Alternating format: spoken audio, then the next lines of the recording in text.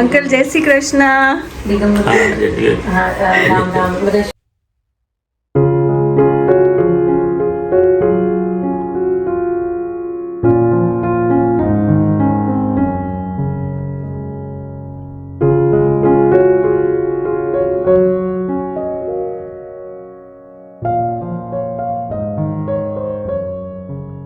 रश्मि, ये अपने हरि बापा का यहाँ पे ही सोने का और वो यहाँ पे का था। यहाँ। अच्छा, यहाँ उनका सोने का था, बराबर। और यहाँ जो उनके गेस्ट और आते थे वो यहाँ पे विश्राम करते थे, बराबर। अतिथि देवो भव। यानी ये हरिराम बापा के गुरुदेव है। अच्छा, शिक्षक मतलब। अच्छा अच्छा, बराबर बराबर। इनका नाम क्या था गुरुदेव का? नागजी बापा। बराबर बराबर। और ये भी ये भोजल राम, ये जलाराम बापा के गुरुदेव। अच्छा भोजल राम। अच्छा, भोजल राम बापा। भोजल राम बराबर। जलाराम बापा के गुरु हैं। Right right. और ये अपने हरि बापा के चप्पल है ना? हाँ हाँ, ये सब ये सब अच्छा, ये पगड़ी, हाँ हाँ, धोती, केस, माला। और ये कीर्तन करने हाँ, वाले उनके सब, बराबर बराबर।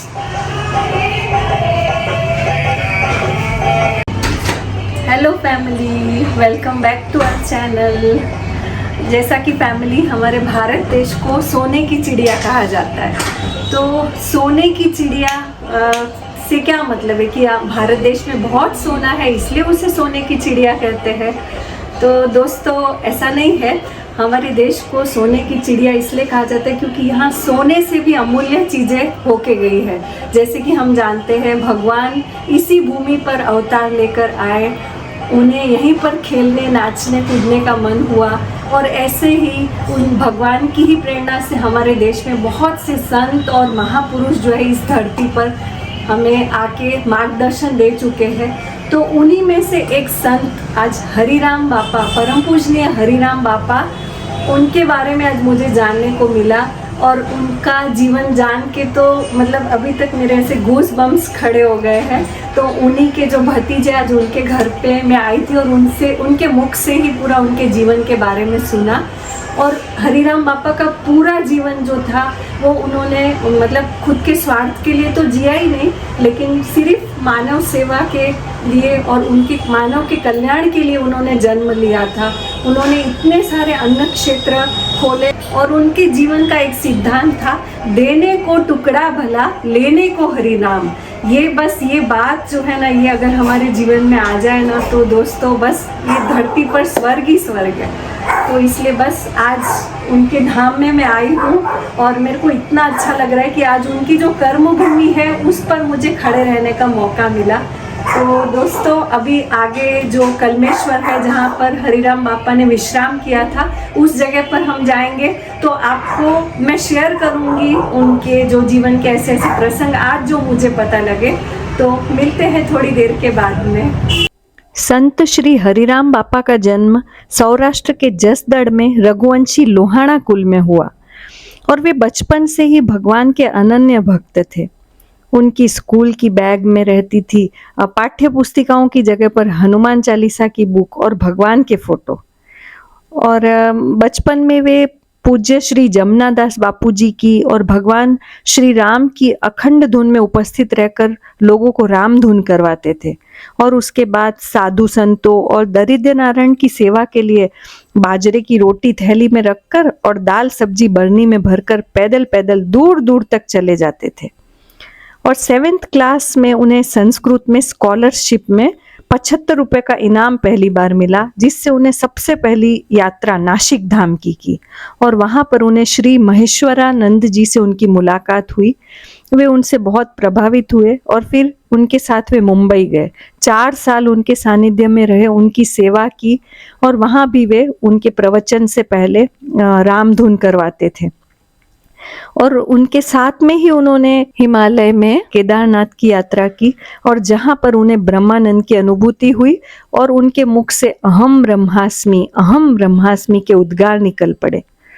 उसके पश्चात वे जसदड़ में वापस आए, अखंड धुन वहाँ पे शुरू करवाई, अन्न क्षेत्र शुरू कराया और भूखों को भोजन और भजन करवाने लगे। और फिर नागपुर में अगरबत्ती के कारखाने में ध्यान देते थे और वहाँ वारकरी लोगों के साथ सत्संग किया करते थे। और वहाँ उन्होंने ज्ञानेश्वरी और तुकाराम का भी अध्ययन किया। और उसके पश्चात परम पूजनीय रणछोड़ दास बापू के नेत्रदान यज्ञ में जुड़ गए और उनकी ही प्रेरणा से जसदड़, नागपुर, चंद्रपुर, सांगली, चंपारण, अयोध्या, चित्रकूट, वृंदावन, अकोला, रामगढ़ ऐसे कई स्थानों में उन्होंने कथाओं का आयोजन करवाया और वहाँ पर अन्न क्षेत्र शुरू करवाए। और वे जब मतलब ऐसे ट्रेन से आना जाना करते थे ना, तो जैसे ही ट्रेन से उतरते थे तो भक्त उनके ऊपर फूल, फल, श्रीफल, पेड़ों का ढेर लगा देते थे। लेकिन जैसा कि उनका एक ही सिद्धांत था, तेरा तुझको अर्पण, वो अपने पास कुछ भी नहीं रखते थे और सब कुछ अपने भक्तों पर ही वापस लुटा देते थे।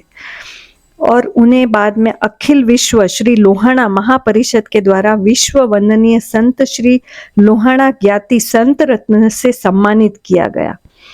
और तत्पश्चात ऐसे विरले संत श्री हरिराम बापा ने कलमेश्वर में विश्राम किया और वहाँ की भूमि को हरिधाम में परिवर्तित किया। जय हरिराम। श्री हरिराम बापा की प्रेरणा से अकोला जिला के आकोट में सत्संग सेवा समिति का आयोजन किया गया, जहाँ पर अन्न क्षेत्र शुरू है, गौशाला है वहाँ पर, और आदिवासी विभाग में इस समिति की तरफ से अनेक उपक्रम किए जाते हैं, जिसके अंतर्गत अंध आँखों का ऑपरेशन करवाया जाता है और आदिवासी विभाग में मेडिकल कैंप का आयोजन किया जाता है और वहाँ मूक बधिर विद्यार्थियों में यंत्र का वितरण किया जाता है, आदिवासी गांव में दवा का वितरण किया जाता है और वहाँ पर समूह लग्न का भी आयोजन करवाया जाता है। और यहाँ पर रश्मि अन्न क्षेत्र चलता है ना। अच्छा, अभी वो जैसे बराबर, वो देख संकीर्तन भी चालू है। हाँ हाँ हाँ। तब ये इतना ही हॉल बना हुआ था यहाँ पे, अच्छा, जब फैक्ट्री लिया ना। बराबर। और यहाँ रश्मि रोज अन्न क्षेत्र चालू रहता है ना। दरिद्र नारायण तो रोज, और हर थर्सडे को वो रहता है। अच्छा, वो तब ब्राह्मण देवता आते हैं। बराबर। सावन में पूरा मतलब पूरा महीना ब्रह्म भोजन रहता है। ओके, अच्छा, एवरी थर्सडे एवरी सैटरडे है। अच्छा अच्छा, ब्रह्म भोजन।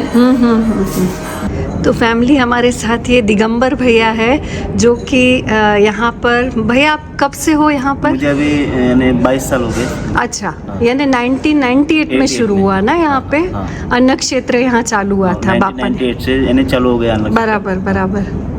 मैं अभी 1998 से समझो मैं आना जाना करता था ना। हाँ हाँ हाँ हाँ जो हमारे भैया है हाँ। श्याम भाई जी टकरा, हाँ हाँ हाँ, उन्होंने मुझे यहाँ पे भेजा था। जैसा अन्न क्षेत्र चालू हो गया था ना, बराबर। तो यहाँ मैं आना जाना करता था। तो ऐसे 15-20 दिन हो गए तो पापा का दृष्टांत हो गया था कि भाई कलमेश्वर में अपना अन्न क्षेत्र है। खाली उन्होंने 2 शब्द बोले थे कि वहीं पे नहाना धोना चालू कर दो। अच्छा, तब से मैं यहाँ पे आया। अच्छा, वगैरह अच्छा। सब मेरी है। अच्छा, बराबर। यानी पहले आप कहीं और काम करते थे और फिर पापा के ऐसे इच्छा से ही आप यहाँ पे लग गए। बराबर। और तब से इतने सालों से आप यहीं पर सेवा दे रहे हैं। हाँ, बराबर। बराबर। फिर धीरे धीरे अन्न क्षेत्र 60-70 लोग हर दिन खाना खाते थे। अच्छा, फिर 4-5 साल के बाद गौशाला भी चालू हो गई। अच्छा। अभी 6 स्टार्टिंग में 4-5 गैया थी, बराबर। यानी 34 गैया हो गई टोटल। अच्छा अच्छा, गौशाला अच्छा। भी है। बराबर। तो वो भी सब आप ही सब देख रेख करते हैं यहाँ पे। देखने वाले तो बापा है। हाँ, अपन कुछ- नहीं नहीं, फिर भी बापा ने आपको निमित्त बनाया, वो बहुत बड़ी बात हाँ। है। चलो, बहुत अच्छा। ए, टीनी तेरे पास आया। तू पिल्ले छोड़े।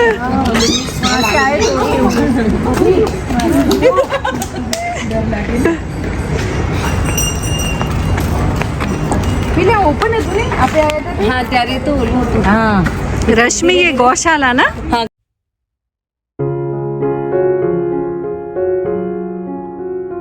यहाँ की जो गैया है ना वो कत्ल खाने से लाई हुई है। अच्छा, तो वो मतलब अपने को दूध मेन नहीं है, उसकी सेवा मेन सेवा थी। बराबर तो है। इसलिए यहाँ की जो पहले एक गाय से चालू किया, धीरे धीरे अच्छा, यहाँ पे यानी हरि बापा ने कितना वो इसके पीछे भी सेवा भाव ये 30 रखा। साल से ये बापा के हाथ से हाँ मतलब हाँ हाँ हाँ हाँ बराबर, एक गाय से स्टार्ट हुआ था और आज ये हाँ 30 जी। जितनी गाय हो गई है ना।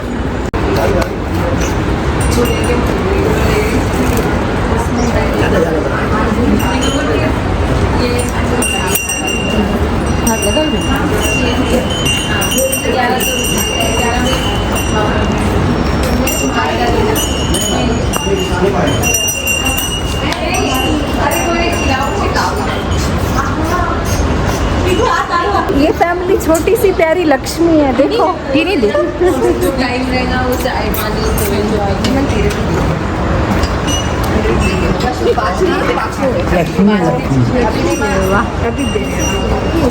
ये वाह, ये पूरे पेड़ नींबू के लग रहे हैं ना। हाँ सब और नींबू देखो, टीनी नींबू कितने बड़े बड़े लगे हैं। मौसमी भी देखो, इस मौसम मौसम भी लगी है।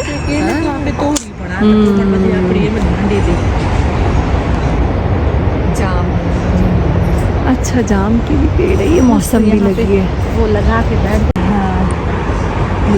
ये चीकू का पेड़, मौसम भी बस लागे। ये छोटे छोटे चिक्कू लगे हैं। ये ऊपर में पकी हुई है रे मौसम्बी।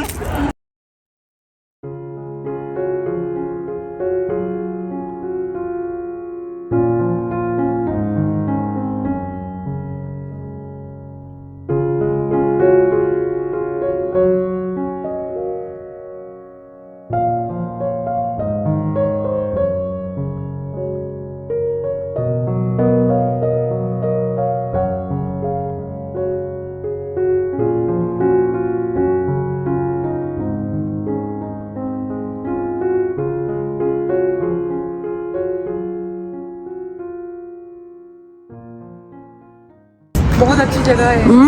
मस्त एकदम। सो फैमिली, वीडियो यहीं पे पूरा होता है। So don't forget to like, share